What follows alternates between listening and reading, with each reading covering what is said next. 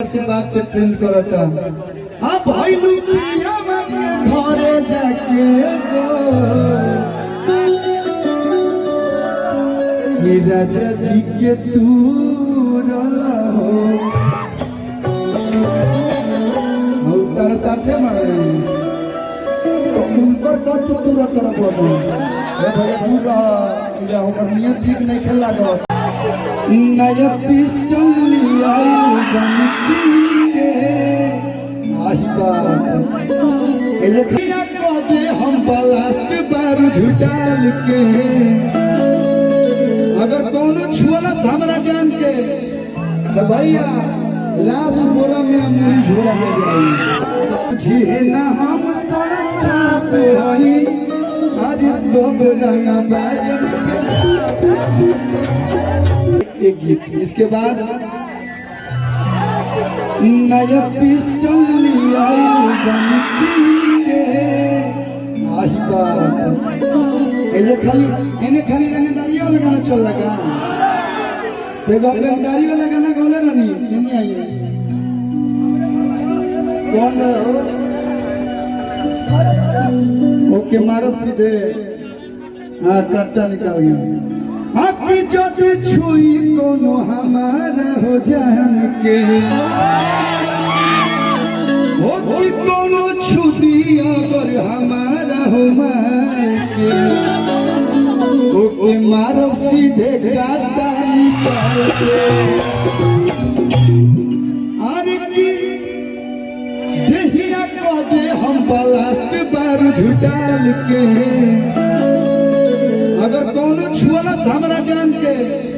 तो भैया लाश बोरा में मुरी झोला में जाई की देहिया को दे हम ब्लास्ट बारूद डाल के कोनो छुई जदी हमरा हो जान के दानापुर पटना हका भैया कौन जगह है दानापुर पटना ना जाओ ना जुड़ाई बोल दिया ओकरा नाम के बेच दिया ये सीधे खत्म सबसे पहला लोग गीत बोले रहने कि बुझी है ना हम सड़क छापे हई बुझी है ना हम सड़क छापे हई अरे सब रंगा बाजन भाई के लिए एक लाइन कि नया पिस्टल लिया बनकी के मारो छाती में 6 गोली पूरा यूपी आ बिहार नाम चले ना हमार चुन चुन कलू से बड़ई हके हरानादार जनी हद कर जनी हमारा नदार हाय देख रे भाई किस तेज बुझो पादर हचीन के भाई सब लोग झूम के नया पिस्टल लिया बनकी के मारो छाती में 6 गोली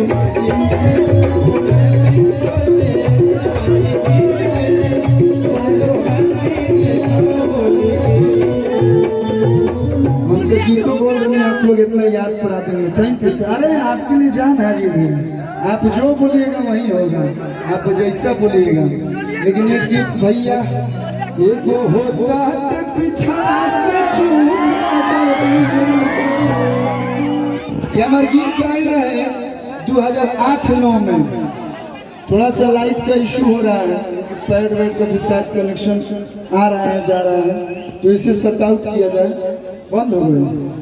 बंद हो के चाहे कुछ हो के दानापुर पटना है जो लाइटों बंद हुई सही पुरान चलत है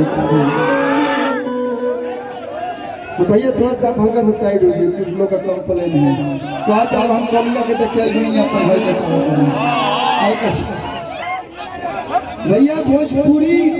एक बार आप लोग भी जोरदार ताली बजा दीजिए काना फर्नीचर को आशीर्वाद दे दीजिए भैया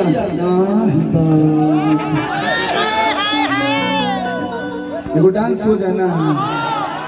तो जोड़ना रुक रे मैं नर्स कंपाउंडर वाला तार छोड़ा दे ठीक ना रुक जा भैया, रुक जा भाई भाई। चली समियाना में आज चलते गोली। लेकिन भैया एगो गाना आई रोवे कितना महीना हो गया, 4-5 महीना हो गए, लेकिन फिर से वो गाना आप लोग के आशीर्वाद से ट्रेंड करता। हाँ भाई लुटिया के घरे जाके राजा जी के तू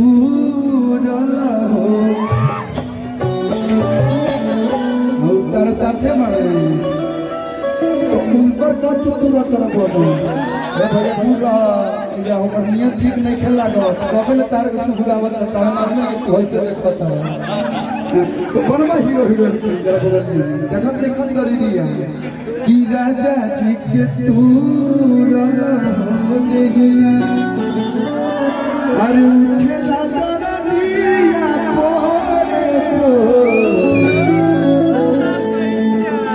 पिया जी के तू हो देहिया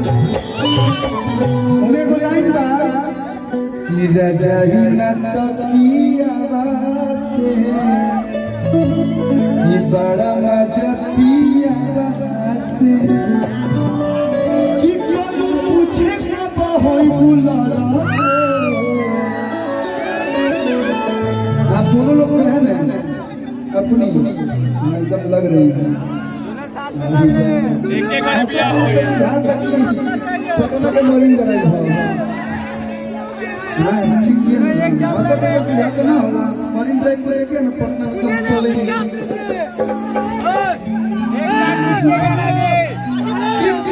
पूछे का होई बुलारा